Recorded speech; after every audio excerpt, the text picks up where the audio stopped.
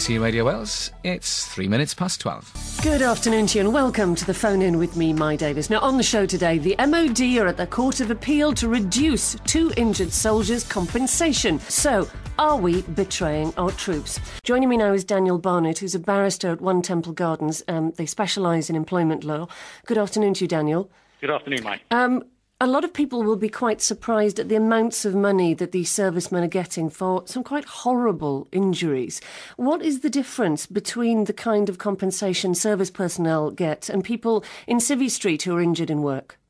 The difference has been a cause of contention for a long time. The way it works for the armed forces is that if they're injured, they get a lump sum payment depending on the severity of their injury, which ranges between about £1,100 for the very smallest injuries, such as a broken toe, all the way up to just over £500,000 for the most serious injuries, like loss of both legs and both arms or being put into a persistent vegetative state. And where you fit on the £1,000 to £500,000 scale depends on how serious the injury is.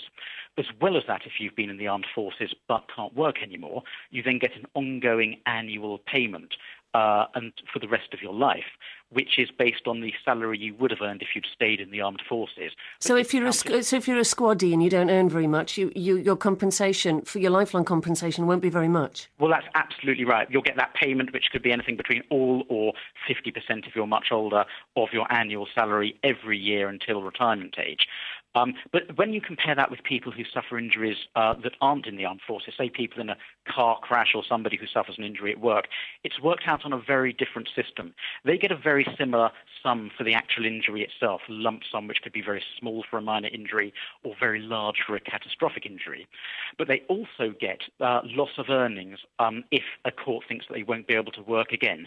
Not structured normally every year, so they get an annual payment every year like the armed servicemen, but it's all rolled up and given in one huge lump sum on the day of the trial. And that's why you get the headline disparities between normal claims outside the armed forces and armed forces claims.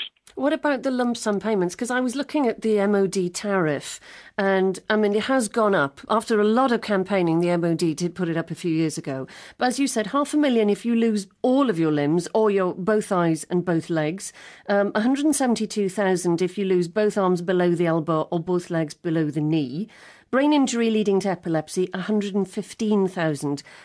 Those sums of money don't seem an awful lot for those injuries, which will presumably mean that you can't work for the rest of your life or earn any money.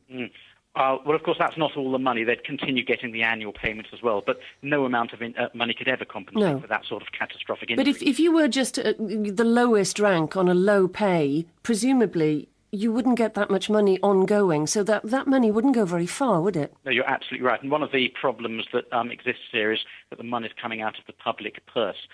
There's almost a cultural cap on how much the government is willing to pay people in the armed forces because it's the taxpayer who pays the money.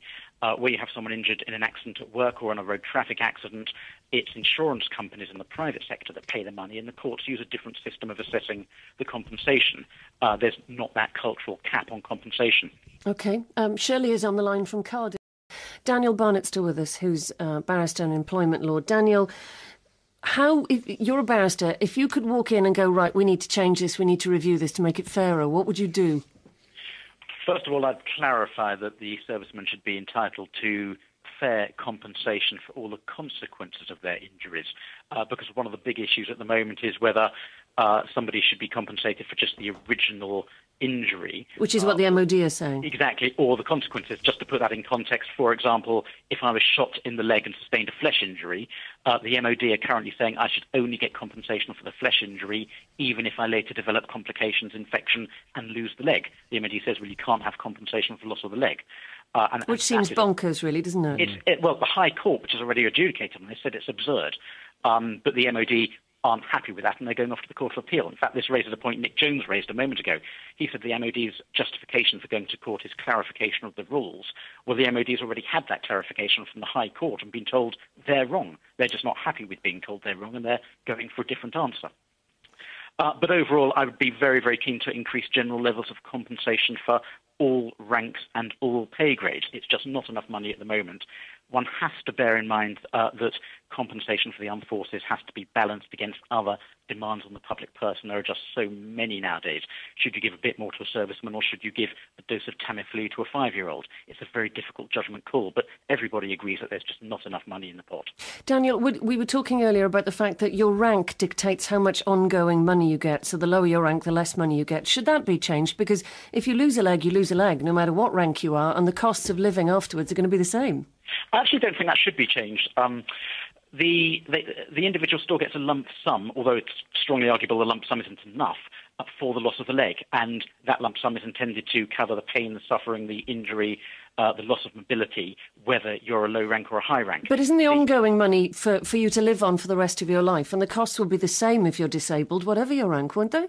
Well, that's absolutely right. But, of course, the income that you would have received had you remained in the services is different depending on whether you're a senior member of the services or a junior member of the services. And the ongoing annual payment reflects what you would have received had you not been injured. So it's compensation for loss of income, not... Compensation for loss of income. And, in fact, you're actually making a very good point, Maya, because another difference between armed forces claims and civil claims for road traffic accidents or injury at work is that the individual in a civil claim would also get compensation as a separate sum of money for the cost of care. So if they need a full-time carer, they'd get extra to pay for that. If they need special equipment, they'd pay extra to pay for that. That doesn't exist under the Armed Forces Compensation Scheme. OK, thank you very much, Daniel. That's Daniel Barnett, barrister. Susan is on the line from Swansea.